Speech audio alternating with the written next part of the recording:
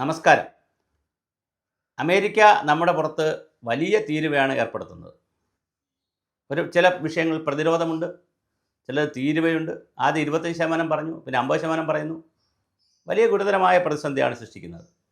അപ്പോൾ ഇന്ത്യ അതിന് പകരം കാണണമല്ലോ. അതിനുവേണ്ടി ഇന്ത്യ ചൈനയുമായൊരു വ്യാപാര ബന്ധം കൊണ്ടുവന്നു.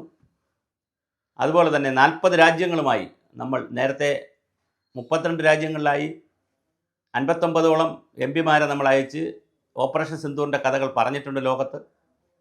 അതുകൊണ്ട് തന്നെ 40ഓളം രാജ്യങ്ങളുമായി നമ്മൾ വ്യാപാര കരാറുകളിലേക്ക് പോവുകയാണ്. അപ്പോൾ അമേരിക്ക നമ്മളെ നശിപ്പിക്കാനോ ചീത്തയാക്കാനോ അല്ലെങ്കിൽ പ്രതിരോധിക്കാനോ ശ്രമിക്കുമ്പോൾ നമ്മൾ തയ്യാറാണ്. വീണ്ടും 40 രാജ്യങ്ങളിലേക്കാണ് ഇന്ത്യ വ്യാപാര കരാർ ഉണ്ടാക്കാൻ പോകുന്നത്. പ്രത്യേകിച്ച് ചൈനയുമായുള്ള കരാർ വലിയ തലവേദനയായിരിക്കും അമേരിക്കയ്ക്ക് ഉണ്ടാക്കാൻ പോവുക. ചൈനയിൽ നിന്ന് സാധനങ്ങൾ ഇവിടെ വരും, നമ്മുടെ സാധനങ്ങൾ ചൈനയ്ക്ക് പോകും.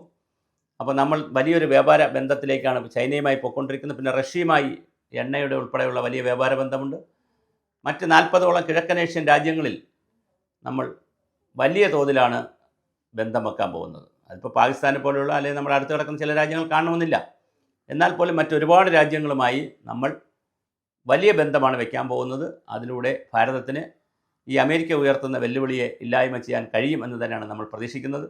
എന്തായാലും ഭാരതം തോറ്റുകൊടുക്കാനോ അല്ലെങ്കിൽ പ്രതിരോധത്തിലേക്ക് പോകാനോ ഒന്നും താല്പര്യപ്പെടുന്നില്ല. വളരെ കൃത്യമായി നമുക്ക് അർഹപ്പെട്ടത് പിടിച്ചു വാങ്ങാൻ തന്നെയാണ് ലോകത്തോട് നമ്മൾ ശ്രമിക്കുന്നത്. ആ നിലയിൽ അമേരിക്ക ഉയർത്തുന്ന ഈ വെല്ലുവിളികളെ നഖശികാന്തം എതിർക്കുവാനും അതേ നാണയത്തിൽ തിരിച്ചടിക്കുവാനുമാണ് മോഡി തീരുമാനിച്ചിരിക്കുന്നത്. 4 പ്രാവശ്യം വിളിച്ചിട്ട് മോഡി ഫോൺ എടുത്തില്ല. പക്ഷേ നമ്മൾ വളരെ സജീവമായി രംഗത്തുണ്ട്. തീർച്ചയായും അമേരിക്കയുടെ വെല്ലുവിളി നമ്മൾ നേടുക തന്നെ ചെയ്യും. ലോകരാജ്യങ്ങളിലേക്ക് നമ്മൾ സാധനങ്ങൾ കയറ്റി അയക്കുന്നുണ്ട്. അതിന് 40 രാജ്യങ്ങളിലേക്ക് നമ്മൾ കരാറുകളാക്കാനുള്ള ശ്രമങ്ങൾ നടത്തുന്നു.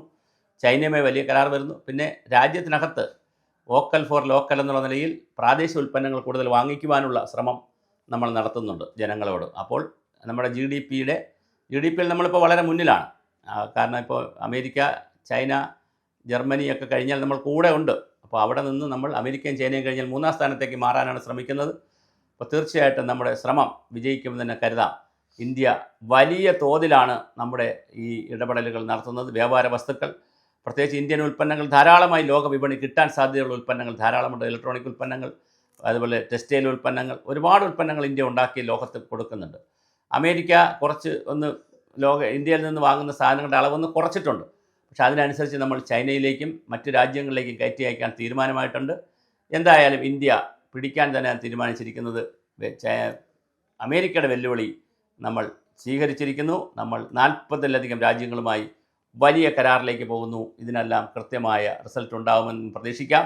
തീർച്ചയായിട്ടും ഇന്ത്യ കൂടുതൽ രാജ്യങ്ങളിലേക്ക് വ്യാപിക്കുന്നു എന്നുള്ളത് വലിയൊരു ശുഭവാർത്തയാണ്. നമുക്ക് കാത്തിരുന്ന് കാണാം.